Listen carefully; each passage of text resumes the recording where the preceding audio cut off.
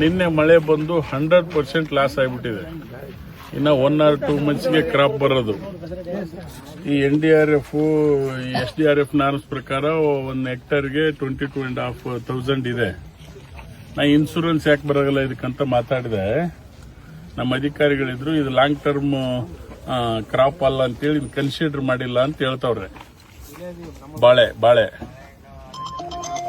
ಅಲ್ಲ ಅಲ್ಲ ಅದನ್ನ ಇನ್ಕ್ಲೂಡ್ ಮಾಡ್ಬೇಕಲ್ಲ. ಇದು ನಮ್ಗೆ 2ನೇ ಸತಿ ಆಗ್ತಾ ಇರೋದು. 1-2-3 ವರ್ಷದಿಂದ ಒಮ್ಮೆ ಆಗಿತ್ತು, ಅವಾಗೂ ಇನ್ಸೂರೆನ್ಸ್ ಬರಲಿಲ್ಲ.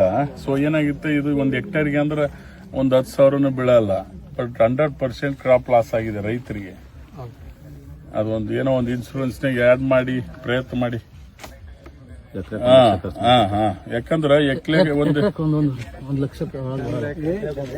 ಅದ್ರಾಗ ಹೇಳ್ಬಿಡಿ ಸರ್. ಅದ್ರಾಗ ಒಂದ್ ಸ್ವಲ್ಪ ಹೇಳಿ.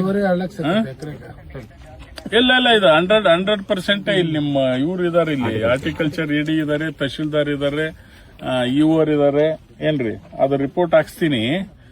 2 ಸೇರಿಸಿ ಕೊಡಂಗ ಏನಾರ ಮಾಡಿಸಿ ಸ್ವಲ್ಪ ಹೆಲ್ಪ್ ಆಗುತ್ತೆ.